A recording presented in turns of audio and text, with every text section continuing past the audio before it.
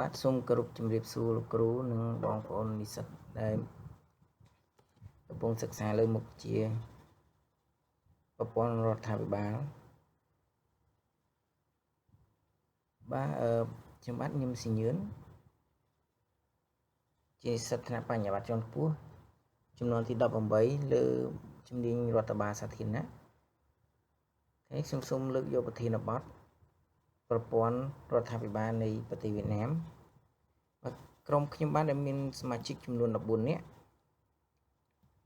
ដែលមានសមាជិកចំនួន14នាក់គឺទី1ខ្ញុំបាទញឹមសញ្ញឿនទី2លោកដឹមស្រស់ទី3លោកម៉ៅចិនចៅទី4លោកនងសុភាពទី5លោកផាតសីហាមនីរតទី6លោកមេងសុកឡាទី7អ្នកនាងមេងសុកលឹមទី8លោកខនរដ្ឋាទី9អ្នកនាងសាក់រីណាទី10លោកលឹមធីទី11លោកសាន់វន្ធីទី12លោកសឿនណាំឈៀវទី13កញ្ញាអានសេលីនិងទី14លោកហឹមភិរមបាទខ្ញុំសូមអនុញ្ញាតទៅស្លាយបន្ទាប់នេះគឺជាមេត្តាដែលក្រុមខ្ញុំបានរៀបចំបាទអញ្ចឹងខ្ញុំសូមបន្តទៅសក្តិដើមបាទសក្តិដើមនិយាយពីប្រទេសវៀតណាមប្រទេសវៀតណាមគឺមានឈ្មោះផ្លូវការថាជាសាធារណរដ្ឋសង្គមនិយមវៀតណាមជាប្រទេសមួយដែលមានទីតាំងនៅចុងខាងកើតនៃឧបទ្វីបឥណ្ឌូចិនក្នុងតំបន់អាស៊ីអាគ្នេយ៍មានព្រំប្រទល់ជាប់ប្រទេសឡាវកម្ពុជាខាងជើងជាប់ប្រទេសចិននិងខាងកើតជាប់សមុទ្រចិនខាងកើតឬអសន្ទុះគឺសមុទ្រខាងកើតនិងមានព្រំដែនសមុទ្រជាមួយនឹងប្រទេសថៃដែលកាត់តាមឈូងសមុទ្រថៃប្រទេសចិនប្រទេសឥណ្ឌូនេស៊ីប្រទេសហ្វីលីពីនប្រទេសប្រ៊ុយណេប្រទេសម៉ាឡេស៊ីនិងឆ្លងកាត់តាមសមុទ្រខាងកើតដែលមានផ្ទៃដីសរុបចំនួន31212 គីឡូម៉ែត្រការ៉េនិងមានប្រជាជនសរុបចំនួន100 លាន3សែននាក់តាមការប៉ាន់ស្មានឆ្នាំ2023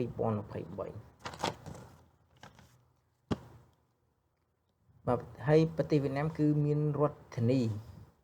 ដែលមានឈ្មោះផ្លូវការថារដ្ឋធានីហាណូយបាទអញ្ចឹងខ្ញុំសូមអនុញ្ញាតបន្តទៅស្លាយបន្ទាប់បាទនេះគឺជារូបរបស់ថ្នាក់ដឹកនាំកម្ពុជានៃសាធារណរដ្ឋសង្គមនិយមវៀតណាមដែលមានលោកតូលឹមជាអគ្គលេខាធិការបកកុម្មុយនីសវៀតណាមបាទជាអតីតរដ្ឋមន្ត្រីក្រសួងនគរបាលរបស់វៀតណាមនិងជាអតីតប្រធានាធិបតីនៃប្រទេសវៀតណាមផងដែរបាទតែបច្ចុប្បន្នលោកគឺជាអគ្គលេខាធិការបកកុម្មុយនីសវៀតណាមដែលមានតំណែងកម្ពុជានៅក្នុងប្រទេសវៀតណាមហ្នឹងដែលបានទទួលបន្តពីលោកមៀនហ្វូចុងដែលលោកបានទទួលនីតិកម្មនៅឆ្នាំមុននេះបាទអញ្ចឹងបន្តមកទៀតគឺសមាជិកការិយាល័យនយោបាយនិងជាប្រធានាធិបតីនៃប្រទេសវៀតណាមបាទគឺលោកលឿងគឿងនិងលោកហ្វាមីងជីងជានាយករដ្ឋមន្ត្រីនៃប្រទេសវៀតណាមនិងលោកជិនថាញ់មិនជាប្រធានរដ្ឋសភានៃប្រទេសវៀតណាមបាទនៅប្រទេសវៀតណាមនេះគឺដូចជាមិនប្រើព្រឹទ្ធសភាទេបាទព្រោះគឺបញ្ចូលគ្នាជាមួយនឹងរដ្ឋសភាគឺមានអំណាចនីតិប្រតិបត្តិនីតិបញ្ញត្តិនិងអំណាចតុលាការគឺមានអំណាចបែងដូចគ្នាប៉ុន្តែគេមិនមានព្រឹទ្ធសភាទេបាទគឺមានតែរដ្ឋសភាគឺតំណែងសភាហ្នឹងបាទខ្ញុំសូមបន្តមកស្លាយបន្ទាប់ទៀតគឺ 1.1 និយាយពីប្រព័ន្ធនយោបាយវៀតណាមអញ្ចឹងមុននឹងខ្ញុំចូលនិយាយអំពីប្រព័ន្ធអំណាចទាំង3នៃប្រទេសវៀតណាមខ្ញុំសូម បង្ហាញពីប្រព័ន្ធនយោបាយនៅប្រទេសវៀតណាមទីបាទសាធារណរដ្ឋសង្គមនិយមវៀតណាមជានីតិរដ្ឋបាទជានីតិរដ្ឋសង្គមនិយមយោងតាមមាត្រា2នៃរដ្ឋធម្មនុញ្ញឆ្នាំ2013នេះជាការរួមបញ្ចូលគ្នារវាងប្រទេសរវាងគ្នានៃរដ្ឋពីរប្រភេទគឺរដ្ឋសង្គមនិយមវៀតណាមរដ្ឋសង្គមនិយមនិងនីតិរដ្ឋអញ្ចឹងប្រព័ន្ធសង្គមនិយមជាអ្វីបាទប្រព័ន្ធសង្គមនិយមគឺជាប្រព័ន្ធនយោបាយដែលប្រទេសមានបកកុម្មុយនីសកាន់អំណាចបាទដែលប្រកាសថាពួកគេគឺជាអ្នកដឹកនាំប្រទេសនិងប្រជាជនរបស់ពួកគេតាមមាគ៌ាសង្គមនិយមបាទមាគ៌ាសង្គមនិយមគឺពិចារគឺប្រទេសវៀតណាមគឺដឹកនាំតាមបែបម៉ាក់លេនីនហ្នឹងបាទគឺមនុស្សកម្ពុជាម៉ាក់លេនីនហ្នឹងដែលទទួលពីសហភាពសូវៀតដែលបច្ចុប្បន្នគឺជាប្រទេសរុស្ស៊ីយើងបច្ចុប្បន្នហ្នឹងបាទខ្ញុំសូមបន្តទៅស្លាយបន្តទៀតគឺនិយាយអំពីនីតិរដ្ឋគឺជាទស្សនវិជ្ជានយោបាយដែលប្រជាពលរដ្ឋនិងស្ថាប័នទាំងអស់នៅក្នុងប្រទេសជាតិរដ្ឋឬសហគមន៍មួយមានទំនួលខុសត្រូវស្មើគ្នាចំពោះច្បាប់រួមទាំងសមាជិកសភានិងថ្នាក់ដឹកនាំជាន់ខ្ពស់ផងដែរនីតិរដ្ឋមានន័យថាមនុស្សគ្រប់រូបគឺស្ថិតនៅក្រោមច្បាប់ជាអ្នកបង្កើតច្បាប់ឬក៏អ្នកអនុវត្តច្បាប់និងចៅក្រមតុលាការគឺស្ថិតនៅក្រោមច្បាប់តែមួយទាំងអស់គ្នាបាទខ្ញុំសូមបន្តទៅ slide បន្ទាប់ទៀតគឺនិយាយ 1.3 និយាយពីបកកុម្មុយនីសវៀតណាមបាទបកកុម្មុយនីសវៀតណាមគឺបានបង្កើតឡើងឆ្នាំ1930បកកុម្មុយនីសវៀតណាមបានរៀបចំដឹកនាំសង្គមឲ្យបានសម្រេចនៅជោគជ័យជាច្រើនមកដល់បច្ចុប្បន្នបាទអញ្ចឹងគោលនយោបាយរបស់ប្រទេសវៀតណាមគឺតាមគោលនយោបាយរបស់បកកុម្មុយនីសវៀតណាមគឺបានជួយវៀតណាមជាច្រើនឲ្យសម្រេចនៅគោលដៅជាច្រើនមកដល់បច្ចុប្បន្នបាទទាំងសេដ្ឋកិច្ចទាំងស្ទើរគ្រប់វិស័យទាំងអស់គឺរីកចម្រើនស្ទើរគ្រប់វិស័យទាំងអស់នៅពេលបច្ចុប្បន្ននេះបាទដែលប៉ុន្តែនៅក្នុង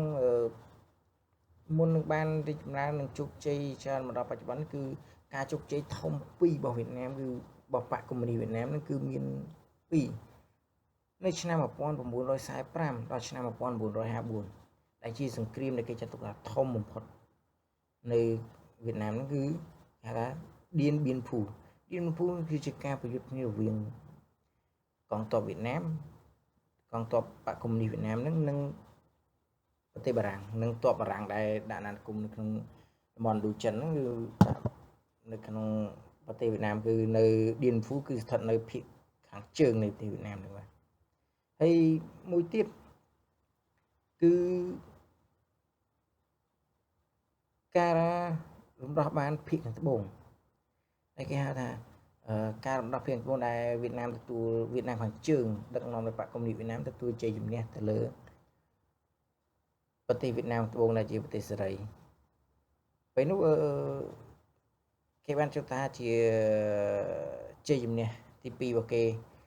នៅក្នុងប្រទេសវៀតណាមហ្នឹងគឺនៅថ្ងៃទី30ខែ4ឆ្នាំ1975ថ្ងៃរំដោះវៀតណាមខាងត្បូងដែលឲ្យរួមបញ្ចូលគ្នាជាមួយវៀតណាមខាងជើងដែលបង្កើតបានមកដល់បច្ចុប្បន្នគឺសាធារណរដ្ឋសង្គមនិយមវៀតណាមដែលដឹកនាំដោយបកកុម្មុយនីសវៀតណាមនោះបាទអញ្ចឹង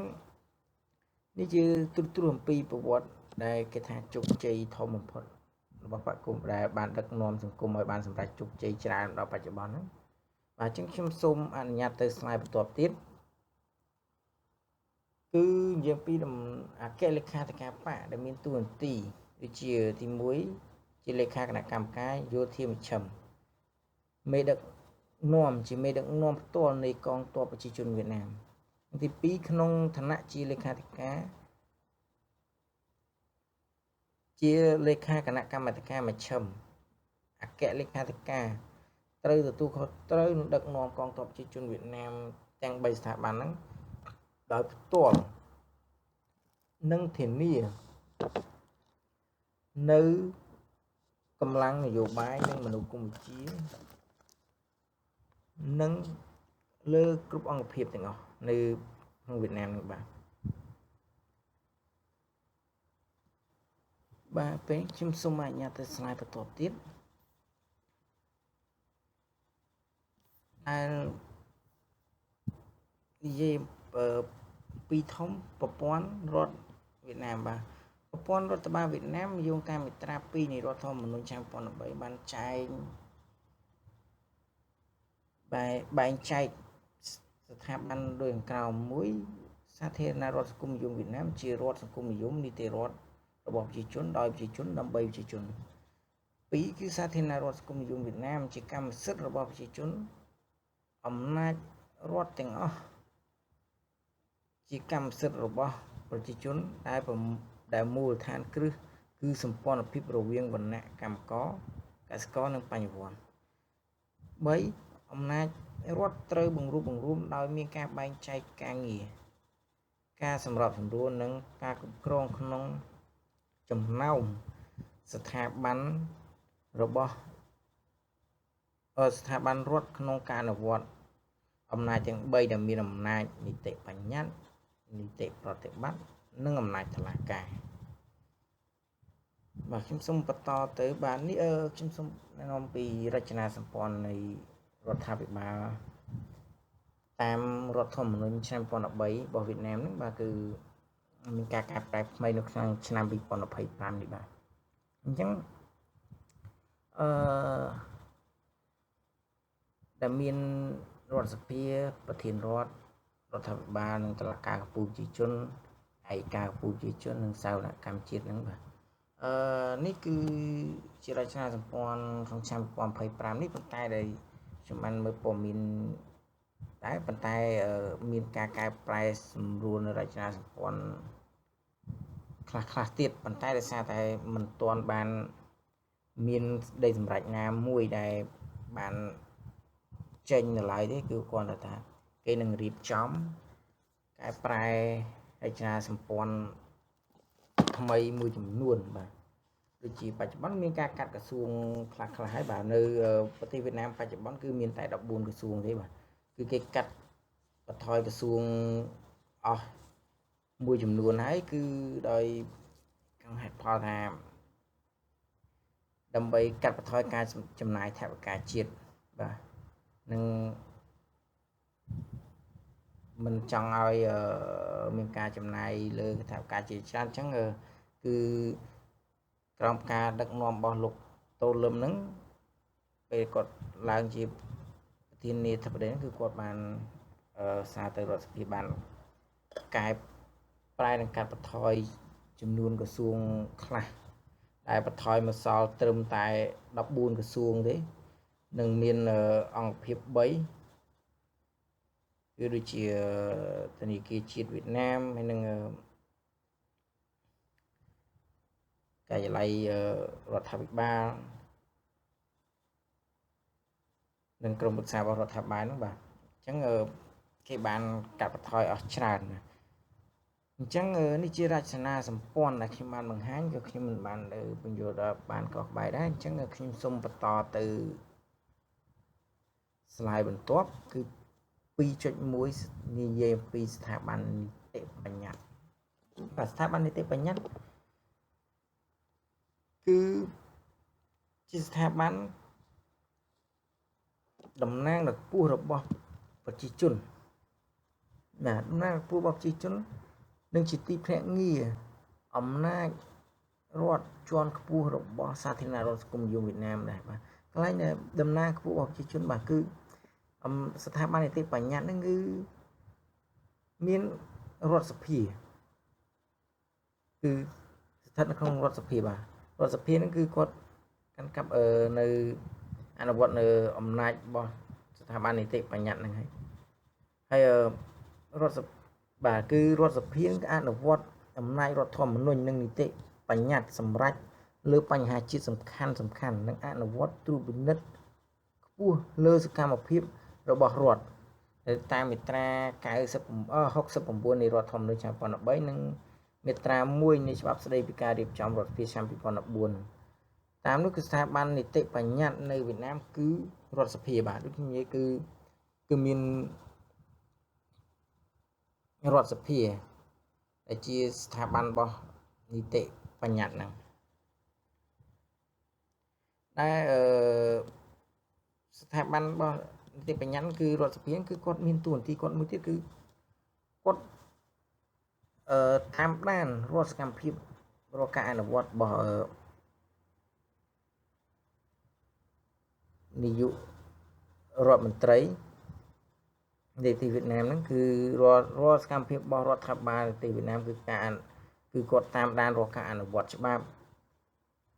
ដែលបានចេញនៅរដ្ឋសភាថាការអនុវត្តដែលផ្ទុយពីច្បាប់ហ្នឹងគឺគាត់មានសិទ្ធិដកឬដាក់គឺនៅលើរដ្ឋ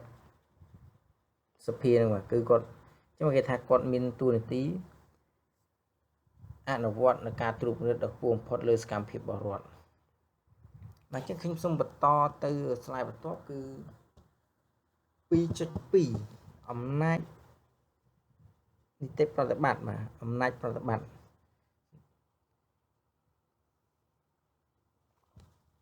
ចឹងនៅយោងតាមមាត្រាទី94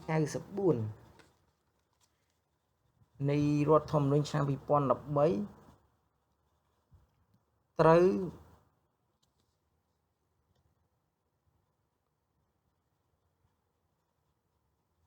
ូវបែងចែកបាទត្រូវបានបែងចែកដូចខាងក្រោមអញ្ចឹងមាត្រាទី94ហ្នឹងគឺ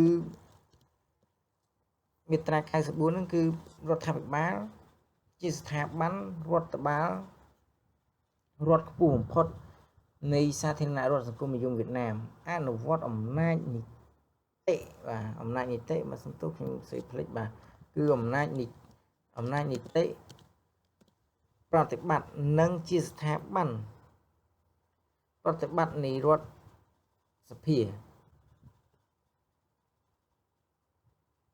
ស្ថាប័ននីតិប្រតិបត្តិនៃរដ្ឋសភានិងក្នុងនោះប្រធានរដ្ឋដែលយើងហៅថាប្រធានាធិបតីបាទអញ្ចឹងនៅប្រទេសវៀតណាមគេតែងប្រើពាក្យថាប្រធានរដ្ឋបាទគឺប្រធានរដ្ឋប្រធានាធិបតីហ្នឹងគឺមានតួនាទីដ៏សំខាន់នៅក្នុងប្រមុខរដ្ឋវៀតណាមតួនាទីរបស់គាត់គឺជាប្រមុខរដ្ឋតំណាងឲ្យសាធារណរដ្ឋសង្គមនិយមវៀតណាមលើកិច្ចការងារក្នុងប្រទេសនិងកិច្ចការងារការបរទេសកិច្ចការងារក្រៅប្រទេសរបស់គាត់ហ្នឹងបាទអញ្ចឹងខ្ញុំសូមអនុញ្ញាតបន្ត slide បន្ទាប់គឺនិយាយអំពីអំណាចតុលាការបាទអំណាចតុលាការយោងតាមមាត្រា102នៃរដ្ឋធម្មនុញ្ញឆ្នាំ2013និងប្រការ1មាត្រា2នៃច្បាប់ស្តីពីការរៀបចំតុលាការប្រជាជនឆ្នាំ2014មុខងារភារកិច្ចអំណាចតុលាការប្រជាជនអញ្ចឹងអំណាចតុលាការប្រជាជនគឺជាស្ថាប័ននៃសាធារណរដ្ឋសង្គមនិយមវៀតណាមអនុវត្តអំណាចតុលាការដែលអនុវត្តអំណាចតុលាការ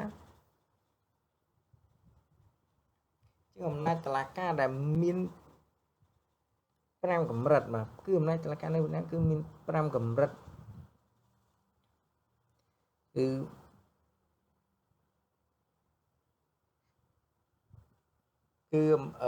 តុលាការកំពូលប្រជាជនតុលាការប្រជាជនជាន់ខ្ពស់ហ្នឹងតុលាការប្រជាជននៃខេត្តនិងទីក្រុងគ្រប់គ្រងកណ្ដាលបាទតុលាការប្រជាជននៃស្រុកក្រុងខេត្តនិងស្មើនិងក្នុងនោះមានតុលាការយោធាមួយទៀតបាទគឺតុលាការគឺស្ថិតក្រោមអំណាចតុលាការហ្នឹងគឺមានតុលាការយោធាមួយទៀតតែតុលាការយោធាគឺកម្ពុជាយើងក៏មានដែរបាទគឺតុលាការយោធាហ្នឹងគឺការកាត់ទោសតន់ទៅលើបុគ្គលដែលជាយោធាដែលប្រព្រឹត្តលើបទល្មើសផ្នែកយោធាហ្នឹងបាទអញ្ចឹងខ្ញុំសូមលេខកន្លែងអំណាចតុលាការទៀតគឺមានមហាអัยការ អំណាចតុលាការនឹងគឺមានមហាឯកការកម្ពុជាប្រជាជន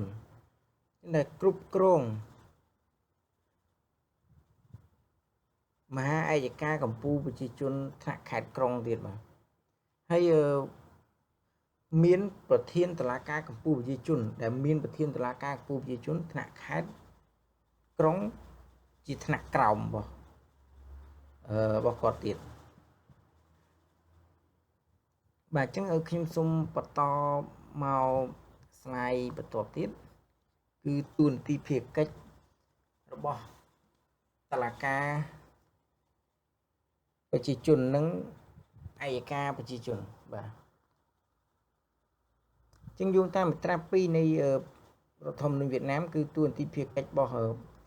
តុលាការប្រជាជនមានតុលាការប្រជាជនគឺដែលខ្ញុំបាននិយាយគឺជាស្ថាប័នតុលាការនៃសាធារណរដ្ឋសង្គមនិយមវៀតណាមអនុវត្តអំណាចតុលាការនិងទី2តុលាការប្រជាជន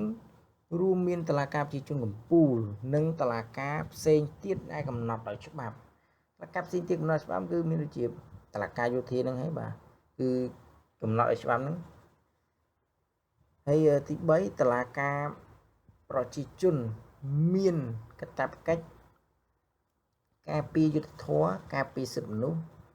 សិទ្ធិពលរដ្ឋការពាររបបសង្គមនិយមការពារផលប្រយោជន៍រដ្ឋនិងសិទ្ធិនិងផលប្រយោជន៍ស្របច្បាប់របស់អង្គការនិងបុគ្គលខ្ញុំសូមអញ្ញាបន្តទៀតចំពោះតួនាទីរបស់ឯកការប្រជាជនបាទទូទីឯកការប្រជាជននឹងតាមមាត្រា107នៃរដ្ឋធម្មនុញ្ញវៀតណាមទូទីឯកការប្រជាជននឹងមានទី1ឯកការប្រជាជនអនុវត្តសិទ្ធិកាត់ទោសនិងត្រួតពិនិត្យសកម្មភាពរបស់តុលាការបាទគឺគាត់ថាមិនមែនតុលាការគាត់អនុវត្តច្បាប់ទៅគាត់បានគាត់សម្រេចទៅហើយគឺនៅលើគាត់សម្រេចទេគឺនៅមានមួយទៀតគឺឯកការប្រជាជនបាទនៅវៀតណាមគឺគេមានឯកការប្រជាជនសម្រាប់តាមដានរាល់សកម្មភាពនិងការកាត់ទោសការអនុវត្តច្បាប់របស់តុលាការហ្នឹងបាទរបស់ប្រធានតុលាការបញ្ញាហ្នឹងអញ្ចឹងទី2ឯកការប្រជាជនរួមមានឯកការរបស់ប្រជាជនកំពូលនិងឯកការផ្សេងទៀតដែលកំណត់ដោយច្បាប់ចឹងទី3ឯកការប្រជាជនមានកាតព្វកិច្ចការពារច្បាប់ការពារសិទ្ធិមនុស្សនិងសិទ្ធិពលរដ្ឋការពាររបបសង្គមនិយមការពារផលប្រយោជន៍រដ្ឋនិងសិទ្ធិនិងផលប្រយោជន៍ស្របច្បាប់របស់អង្គការនិងបុគ្គលរួមចំណែកធានាឲ្យច្បាប់អនុវត្តយ៉ាងតឹងរ៉ឹងនិងស្មើភាពគ្នាបាទគឺដូចតែទូនាទីរបស់តុលាការកម្ពុជាប្រជាជនដែរប៉ុន្តែនៅក្នុងចំណុចទី3គឺគេរំលេចបន្តិចគឺរួមចំណែករួមចំណែកធានាឲ្យការអនុវត្តច្បាប់យ៉ាងតឹងរ៉ឹងនិងស្មើភាពគ្នាបានន័យថាអញ្ចឹងដូចនៅចំណុចទី1ដែលគេនិយាយថាត្រួតពិនិត្យសកម្មភាពរបស់តុលាការហ្នឹងបាទអញ្ចឹងបានន័យថាបើសិនជាតុលាការគាត់អនុវត្តមិនស្មើភាពដោយផ្ទុយច្បាប់ឬក៏លំអៀងបន្តិចគឺមានឯកការប្រជាជនហ្នឹងគឺនៅតាមដានគាត់អញ្ចឹងបើសិនជាគាត់កាត់មិនត្រឹមត្រូវឯកការប្រជាជនគឺគាត់អាចមានសិទ្ធិតវ៉ាឬក៏ធ្វើតាមនីតិវិធីច្បាប់របស់ឯកការប្រជាជនហ្នឹងបាទអញ្ចឹងជាចុងក្រោយខ្ញុំសូមចូលមកដល់សេចក្តីសន្និដ្ឋានបាទអញ្ចឹងតាមកាត់សន្និដ្ឋាននឹងបទពិសោធន៍របស់ខ្ញុំដែលខ្ញុំធ្លាប់នៅប្រទេសវៀតណាមគឺប្រទេសវៀតណាមគឺជារដ្ឋសង្គមនិយមនីតិរដ្ឋដែលកំណត់ដោយរដ្ឋធម្មនុញ្ញអញ្ចឹងបកកុម្មុយនីសជាគណៈបកមួយដែលកាន់អំណាចនិងដឹកនាំប្រទេសប្រព័ន្ធរដ្ឋត្រូវបានរៀបចំលើគោលការណ៍របស់ប្រជាជនដោយប្រជាជននិងដើម្បីប្រជាជនអញ្ចឹងអំណាចរដ្ឋត្រូវបែងចែកជារដ្ឋសភារដ្ឋាភិបាលតុលាការនិងឯកការអញ្ចឹងគឺគាត់មានតួនាទីរៀងខ្លួនរបស់គាត់ គឺគាត់អត់អាចអនុវត្តទៅរំលោភទៅលើទូនីតិភារកិច្ចរបស់អង្គភាពណាមួយបានទេគឺអនុវត្តទៅតាមច្បាប់ដែលកំណត់ដោយរដ្ឋធម្មនុញ្ញរបស់វៀតណាមហ្នឹងបាទ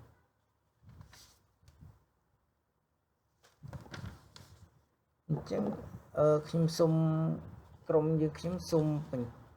បញ្ចប់តែប៉ុណ្នេះបាទបើសិនជាមានចំណុចណាខ្វះខាតឬក៏ខុសឆ្គងអីសូមលោកគ្រូនិងបងប្អូនសូមជួយបន្ថែមនិងជួយបញ្ចេញជាមតិយោបល់ដើម្បីខ្ញុំកែតម្រូវផងបាទសូមអរគុណសូមជម្រាបលាបាទ